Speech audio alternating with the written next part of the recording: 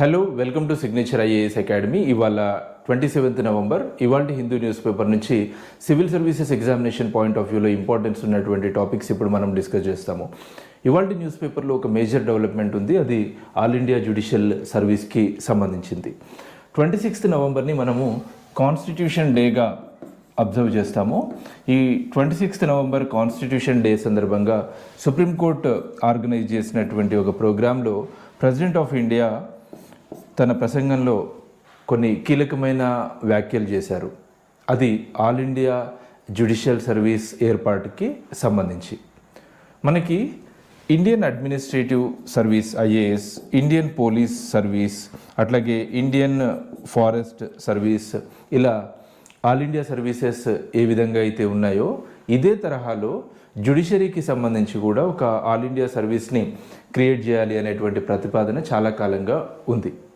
మనకి ఏదైనా all India సర్వీస్ని క్రియేట్ చేయాలి అంటే కాన్స్టిట్యూషన్లో ఉన్నటువంటి ఆర్టికల్ 312 ప్రకారము రాజ్యసభ కౌన్సిల్ ఆఫ్ స్టేట్స్ ఒక రెజల్యూషన్ని స్పెషల్ మెజారిటీతో ఒక రెజల్యూషన్ని కనుక పాస్ చేస్తే ఆల్ ఇండియా సర్వీస్ని క్రియేట్ చేయడానికి వీలవుతుంది. కాన్స్టిట్యూషన్ అమల్లోకి వచ్చినప్పుడు ఒరిజినల్గా ఈ judicial service, all India judicial service అనేటువంటి ప్రస్తావన కాన్స్టిట్యూషన్లో లేదు. కానీ 1976లో 42nd కాన్స్టిట్యూషనల్ అమెండ్మెంట్ యాక్ట్ ద్వారా ఈ ఆల్ ఇండియా జ్యుడిషియల్ సర్వీస్ని రాజ్యాంగంలో చేర్చారు. ఇంక్లూడింగ్ ఈ సర్వీస్ని కూడా ఏర్పాటు చేసే విధంగా రాజ్యసభ రెజల్యూషన్ పాస్ చేసే విధంగా ఆ ఆర్టికల్ని అమెండ్ చేయడం జరిగింది, ఆర్టికల్ 312ని. అంటే ఇప్పుడు కేంద్ర ప్రభుత్వము ఆల్ ఇండియా జ్యుడిషియల్ సర్వీస్ని ఏర్పాటు చేయగలుగుతుంది. ఆల్ ఇండియా జ్యుడిషియల్ సర్వీస్ని ఏర్పాటు చేయడం వల్ల యంగ్ అండ్ టాలెంటెడ్ పీపుల్ని ఈ జ్యుడిషియల్ సర్వీసెస్లోకి తీసుకురావచ్చు. అట్లాగే అన్ని వర్గాలకి ఈ జ్యుడిషియల్ సర్వీస్లో ప్రాధాన్యతను ఇవ్వచ్చు. దానివల్ల డైవర్సిఫైడ్ సెక్షన్ ఆఫ్ పీపుల్ ఈ సర్వీస్లో ఉంటారు. అండ్ ఎస్పెషల్లీ మార్జినలైజ్డ్ కమ్యూనిటీస్ నుంచి, అణగారిన వెనుకబడిన తరగతుల నుంచి ఈ జ్యుడిషియల్ సర్వీస్లోకి అన్ని వర్గాలకి ప్రాధాన్యతనిచ్చేటువంటి అవకాశం ఉంటుందనేటువంటి ఒక అభిప్రాయం ఉంది. సో ఇవాళే అంటే నిన్న ప్రెసిడెంట్ ఆఫ్ ఇండియా ఈ కామెంట్ చేశారు. కాబట్టి నెక్స్ట్ ఒక 1 week 10 daysలో దీనికి సంబంధించి చాలా ఆర్టికల్స్ కాంప్రహెన్సివ్గా వస్తాయి. అవన్నింటినీ మనము డీటెయిల్డ్గా డిస్కస్ చేస్తాము. బ్రాడ్గా ఈ అంశం పైన ఒక అవగాహనని, అట్లాగే దీనిపైన ఒక పర్సెప్షన్ని మనము డెవలప్ చేసుకోవడానికి వీలవుతుంది. రైట్, నెక్స్ట్ టాపిక్లోకి వెళ్తాము. Next topic conference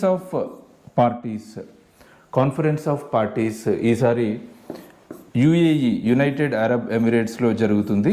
so UAE దీనికి ఈసారి ప్రెసిడెన్సీ వహిస్తుంది. యుఏఈలోని దుబాయ్లో నవంబర్ 28 నుంచి డిసెంబర్ 12 వరకు ఈ కాన్ఫరెన్స్ జరగబోతుంది. అయితే ఇందులో ఒక ఇంపార్టెంట్ సమ్మిట్ ఉంటుంది. ఆ summit name world climate action summit. ఈ వరల్డ్ క్లైమేట్ యాక్షన్ సమ్మిట్ దీంట్లో మన ప్రైమ్ మినిస్టర్ నరేంద్ర మోదీ గారు కూడా దీనికి అటెండ్ అవ్వబోతున్నారు.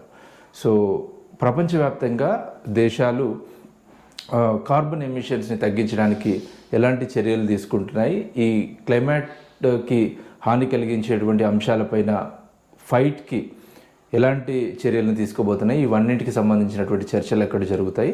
సో దీనికి సంబంధించి కూడా ఒక 1 week 10 daysలో డీటెయిల్డ్ ఆర్టికల్స్ వస్తాయి. అప్పుడు ఫుల్ లెంత్గా మనము దీని గురించి డిస్కస్ చేస్తాము. Next topic fleet electrification to tackle urban pollution టైటిల్తో వచ్చినటువంటి ఆర్టికల్ ఇది. Very simple. మనకి ఇండియాలో ఉన్నటువంటి చాలా సిటీస్లో ఎయిర్ క్వాలిటీ డ్రాస్టిక్గా పడిపోతుంది. ఢిల్లీ లాంటి నగరాల్లో అయితే కొన్నిసార్లు స్కూల్స్ని క్లోజ్ చేయాల్సినటువంటి పరిస్థితి. దీనికి కారణం ఏంటి? ఎయిర్ క్వాలిటీ తగ్గడానికి పొల్యూషన్. ఈ పొల్యూషన్ రకరకాల ద్వారా ఎయిర్ పొల్యూట్ అవుతుంది. అందులో ఒకటి ఈ రోడ్ ట్రాన్స్పోర్ట్ ద్వారా పొల్యూషన్ అవుతుంది. అయితే రోడ్ ట్రాన్స్పోర్టేషన్ ద్వారా జరిగేటువంటి పొల్యూషన్లో అక్కడ ఉండేటువంటి కార్బన్ డైఆక్సైడ్ విడుదలకు కారణమయ్యేటువంటి వాహనాల్లో 90% ఈ హెవీ ట్రక్స్ ఉంటాయి ట్రక్స్ వల్లనే జరుగుతుంది. దేశంలో దాదాపు 70 లక్షల ట్రక్స్ ఉన్నాయి. ఎవ్రీ ఇయర్ 9 లక్షల కొత్త ట్రక్స్ రోడ్ పైకి వస్తూ ఉంటాయి. మనకి ఎలక్ట్రిక్ వెహికల్స్ ఉన్నాయి. లైక్ బస్సులలో కొన్ని ఎలక్ట్రిక్ బస్సెస్ ఉన్నాయి. హైదరాబాద్, బెంగళూరు లాంటి నగరాల్లో ఎలక్ట్రిక్ బస్సెస్ని ఇంట్రడ్యూస్ చేశాము. ఎలక్ట్రిక్ కార్స్ వచ్చాయి, 2 వీలర్స్లో కూడా ఎలక్ట్రిక్ వెహికల్స్ వచ్చాయి. కానీ ట్రక్స్ విషయానికి వస్తే ఎలక్ట్రిక్ ట్రక్స్ ఇంకా రాలేదు. మనకి ఇండియాలో ఒకటి కాస్టింగ్ పరంగా, రెండోది ఈ ఛార్జింగ్కి సంబంధించినటువంటి ఇన్ఫ్రాస్ట్రక్చర్, ఈ రెండింటి కారణంగా ఇంకా ఈ ట్రక్స్ రాలేదు. కానీ ఎక్కువ పొల్యూషన్ వీటి వల్లే జరుగుతుంది కాబట్టి ఎలక్ట్రిక్ ట్రక్స్ని ఇంట్రడ్యూస్ చేయడానికి అవసరమైనటువంటి చర్యలు తీసుకోవాలి అని మెన్షన్ చేస్తూ రాసినటువంటి ఆర్టికల్ ఇది. సో ఈ ఆర్టికల్ పైనే క్వశ్చన్ వచ్చేటువంటి అవకాశాలు ఉండదు. అంత పెద్ద టాపిక్ కాదు ఇది, దానికి అంత స్కోప్ లేదు. కానీ మనం దీనికి సంబంధించినటువంటి ఆన్సర్స్ రాస్తున్నప్పుడు ఈ ట్రక్స్కి సంబంధించినటువంటి పాయింట్స్, అవి కాంట్రిబ్యూట్ చేస్తున్నటువంటి పొల్యూషన్, వాటిని మనం ఎట్లా ట్యాకిల్ చేయగలుగుతాము, ఇలాంటి అంశాలు రాస్తే మీ ఆన్సర్స్ బాగుంటాయి. నెక్స్ట్ టాపిక్లోకి వెళ్తున్నాము. Next topic, why is Bihar demanding the special category status. Special category status అంటే ఏంటి, ఏ రాష్ట్రాలకి ఇస్తారు, ప్రస్తుతం ఏ రాష్ట్రాలకి స్పెషల్ కేటగిరీ స్టేటస్ ఉంది, ఇలాంటి డీటెయిల్స్ అన్నీ 23rd రోజు న్యూస్ అనాలిసిస్లో మనము ఫస్ట్ టాపిక్గా డీటెయిల్గా డిస్కస్ చేశాము. ఒకసారి ఆ టాపిక్ చూడండి, ఇది మొత్తం కవర్ అయిపోతుంది. రైట్, నెక్స్ట్ టాపిక్లోకి వెళ్తున్నాము. Next topic, moulding the Himalayas needs caution అనేటువంటి టైటిల్తో వచ్చినటువంటి ఆర్టికల్ ఇది. మనం రీసెంట్గా చూసాం కదా, ఉత్తరాఖండ్లో ఉన్నటువంటి ఉత్తరకాశీ అనేటువంటి డిస్టిక్లో ఒక టన్నెల్లో, ఎగ్జాక్ట్గా లొకేషన్ సిల్కియారా అనేటువంటి ప్రదేశంలో ఉన్నటువంటి టన్నెల్లో 41 మంది వర్కర్స్ ఇరుక్కుపోయారు. యాక్చువల్గా ఇందులో ఆథర్ మెన్షన్ చేస్తున్నారు, ఇవి కొన్ని వ్యాలిడ్ పాయింట్స్ ఉన్నాయి.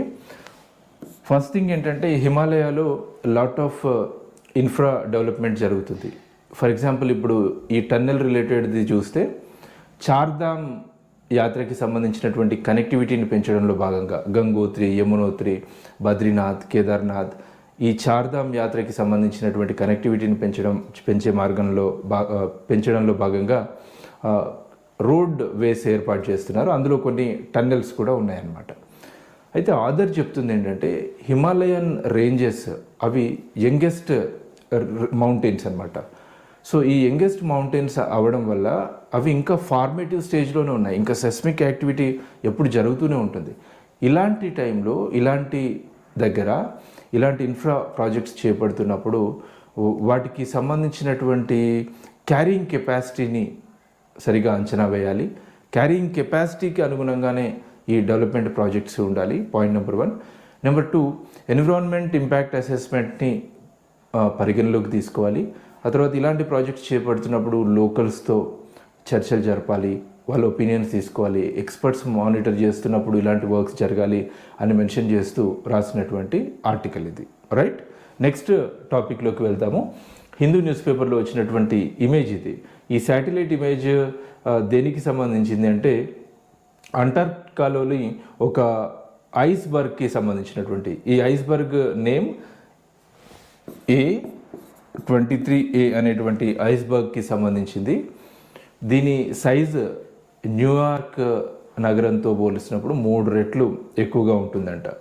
సో A23A అనేటువంటి టైటిల్ ఒక వరల్డ్లోని లార్జెస్ట్ ఐస్బర్గ్కి సంబంధించింది అనేంతవరకు గుర్తుంచుకుంటే సరిపోతుంది.